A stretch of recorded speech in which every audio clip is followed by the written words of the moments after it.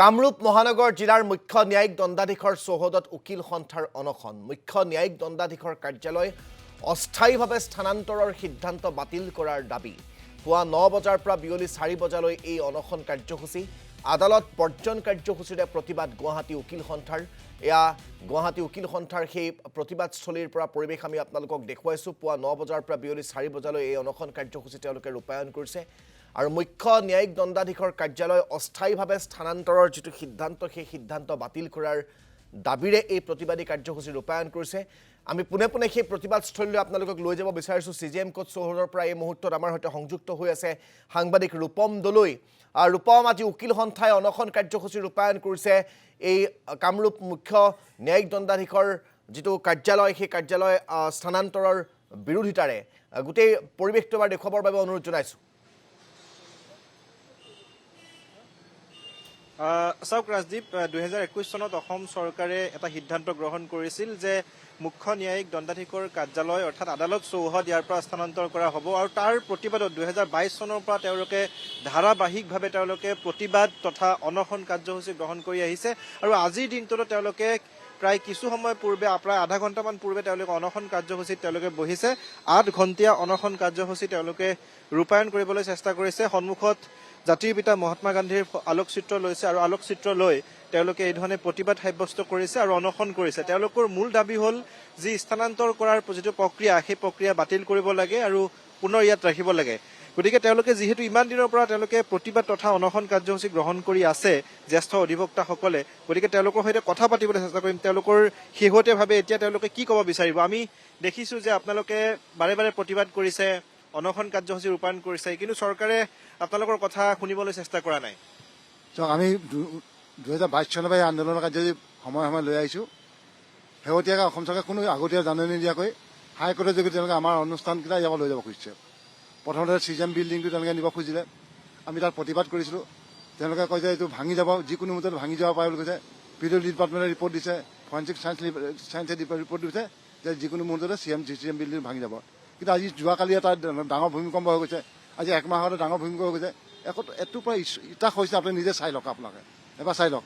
আচলতে এইবিলাক পলিটিক্স, ৰাজনীতি সোমোৱাৰ প্ৰয়োজন হৈ পিনি আমাক এবাৰ খেদিব খুজিছে। 2 নৱেম্বৰ 1885 চনতে গঠন কৰা আমাৰ অনুষ্ঠান, আমাৰ গুৱাহাটী উকিল সন্থা, এই অনুষ্ঠানটো আমাৰ অসমৰ প্ৰাক্তন প্ৰথম মুখ্যমন্ত্ৰী বাদ দি কৰি পিনি বহুত ধৰণৰ ব্যক্তি জড়িত আছে। তেওঁলোকৰ দ্বাৰা তেজৰ ঘাম মাটি কৰি ইয়াত বিল্ডিং বনাইছে। আমি তাত আজিলৈকে নতুন প্ৰজন্মই কাম কৰি আছোঁ। কিন্তু দুৰ্ভাগ্যৰ কথা, সেই বিল্ডিংটো তেওঁলোকে আজি লৈ যাব খুজিছে। যিটো তীব্ৰ প্ৰতিবাদ কৰিছোঁ। আমি যেতিয়া জানিব পাৰিলোঁ যে বিল্ডিংটো তেওঁলোকে লৈ যাব খুজিছে, আমি প্ৰতিবাদ কৰা অসম চৰকাৰক জনালোঁ, গুৱাহাটী হাইকোৰ্টক জনাইছোঁ, মাননীয় প্ৰধানমন্ত্ৰীক জনাইছোঁ, সকলোকে জনাইছোঁ। তাৰপিছত তেওঁলোকে কোনো সিদ্ধান্ত ল'ব পৰা নাই, তেওঁলোকে কোনো আমাক হেৰি কৰা নাই। আমাৰ এইটো মাটি এলটেড মাটি, আমাৰ যি এছ'চিয়েশ্যনৰ মাটি আছে, এই বিল্ডিং এছ'চিয়েশ্যন মাটি। আমাক সৌন্দৰ্য বন্ধন আমাকো লাগে। অসম চৰকাৰে সৌন্দৰ্য বন্ধনৰ কাৰণে এই তাৰপৰা ইয়াত লৈ যাব খুজিছে। কিন্তু সৌন্দৰ্য বন্ধনটো তেনেকুৱা নহয়।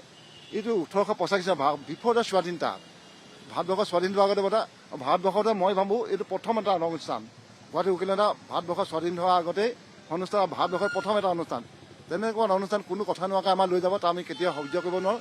গতিকে আমি হেৰিটেজ হিচাপে ৰাখিবলৈ অনুৰোধ জনাইছোঁ। আমি যাবলৈ ৰাজি আছোঁ। আমি যদি স্থায়ীভাৱে জলৈকে দিয়ক তালৈ যাওক, কিন্তু 3000 আমাৰ সদস্য বহিব পৰা এটা ব্যৱস্থা কৰিব লাগিব।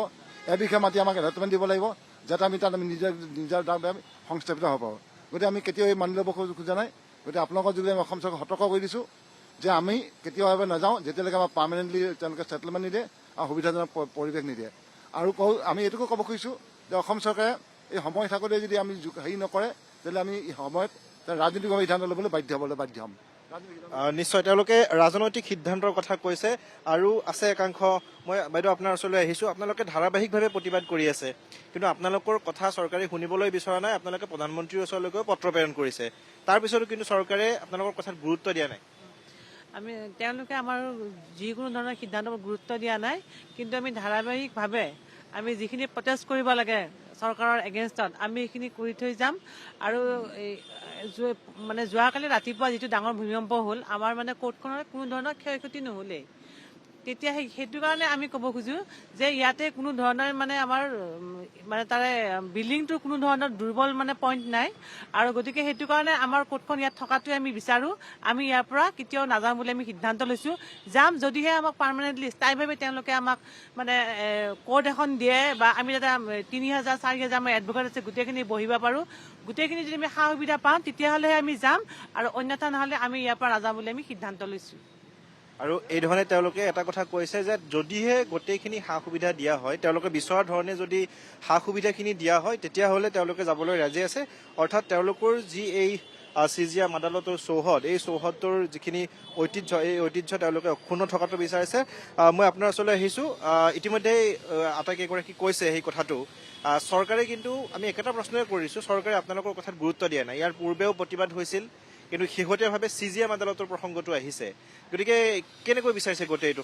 চৰকাৰে কৈছে সৌন্দৰ্য বৰ্ধনৰ কথা কৈছে সৌন্দৰ্য বৰ্ধনৰ কাৰণে ইয়াৰ পৰা স্থানান্তৰ কৰাৰ কথাটো কৈছে প্ৰথমৰ পৰা আমি এটা কথাই কৈছোঁ চাওক তেওঁলোকৰ যিটো মডাৰ্ছ অপাৰেণ্ডি তেওঁলোকৰ যিটো মানে অভিসন্ধি যেনে কামটো কৰিব গৈ আছে এই প্ৰক্ৰিয়াটো বেয়া কিয় বেয়া এইকাৰণে বেয়া যে আমাৰ লগত এটলিষ্ট আলোচনা কৰিব লাগিব তেওঁলোকে যে আপোনালোকক আমি ইয়ালৈ লৈ যাম ইয়ালৈ নিনিম আপোনালোকৰ কি কি সুবিধা লাগিব এইখিনি সুবিধা দিম আমি বাৰ্গেনিং কৰিম তাৰপিছত প্ৰক্ৰিয়াটো কৰিব লাগে প্ৰথমতে আৰম্ভ কৰিলে চিজিএম কোৰ্টৰ পৰা ডিচি কোৰ্টৰ পৰা ডিচি কোৰ্টখন ইয়াৰ পৰা লৈ গ'ল আৰামছে লৈ গ'ল এনেকুৱা এটা চুকলে সোমাই গ'ল যে তাত মানুহৰ দেখিছে আপুনি কমিউনিকেশ্যন কেনেকুৱা প্ৰব্লেম তাত এটা প্ৰব্লেম হৈ গ'ল এতিয়া আহিছে চিজিএম কোৰ্টটো বেয়া আমি প্ৰথমৰ পৰাই কৈছোঁ যে চিজিএম কোৰ্ট ভালে আছে আমিও তাত আলোচনা কৰিছিলোঁ বিভিন্ন বিশেষজ্ঞৰ লগত তেওঁলোকে দুটা ৰিপৰ্ট বনাইছে এটা PWD এটা ফৰেঞ্চিকৰ কৈছে যে বিল্ডিংটো ডিলাপিটেড মানে একদম ভাঙিব যিকোনো মুহূৰ্তত ২-৩টা ভূমিকম্প গ'ল একো নহ'ল গতিকে তেওঁলোকৰ কথাটো গম পাইছে আপোনালোক প্ৰথম এইটো বিল্ডিং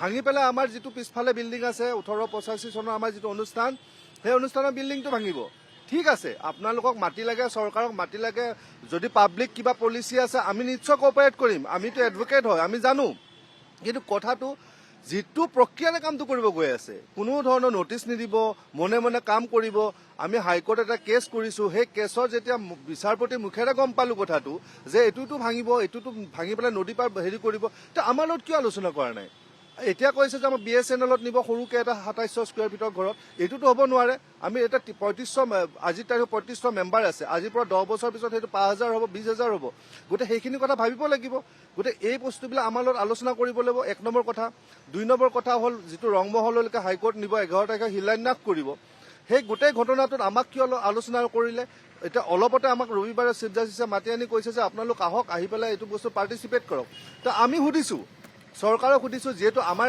একদম এপ্ৰপ্ৰিয়েট বা আমাৰ নেক্সট যিটো অথৰিটি হ'ল সেইটো চিফ জাষ্টিছক কৈছোঁ যে কওক যে ৱেডাৰ আমি যাম নে নাই গুৱাহাটী হাইকোৰ্টলৈ ৰংমহল কোনো ধৰণৰ আমাৰ লগত ব্লেক এণ্ড হোৱাইট একো বস্তু নাই ধন্যবাদ জ্ঞাপন কৰিছোঁ আপোনাক ৰূপম দলৈ